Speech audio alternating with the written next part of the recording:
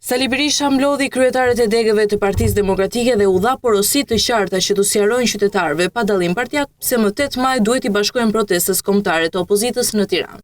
Një takim dhe biseda intensive me qytetarët shqiptar për t'u shpjeguar atyre pavarësisht se çfarë janë, socialist, demokrat, pa parti, çdo njeri që jeton me ndërshmëri me djersën e vet, se nuk ka patur armik më tegër se Edi Rama, për shqiptarët, për Shqipërinë. Kreu i mazhorancës, sipas Berishës, nuk ka sfiduar vetëm ligjet dhe opozitën, por edhe partnerët tanë ndërkombëtar, ndaj theksoi atë që cilësoi alternativë të opozitës përballë qeverisë.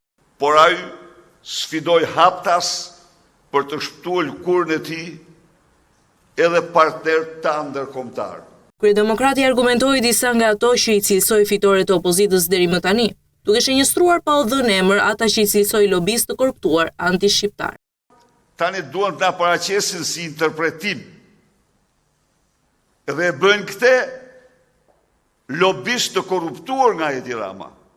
Duke i referuar dosjes së abuzimeve të Akshi, Berisha ngriti akuza për ndërhyrje në materialin digjital që ka pasur i Albania apo institucionet e vendit. Kanë dekodifikuar emailët dhe pastaj kanë bërë transfertat dhe zhdukjen, zhvendosjet e mira dhe mira pronave. Duke theksuar se Partia Demokratike është parti e madhe, por që sipas tij nuk ka bërë aq sa duhet për organizimin e brendshëm, Sali Berisha u dha një porosi të prerë drejtuesve të Partisë Demokratike në bazë.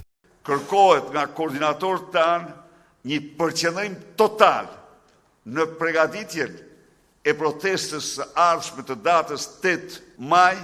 Kryetarët, anëtarët e kryesive, drejtues të qarqeve kanë detyrën më të rëndësishme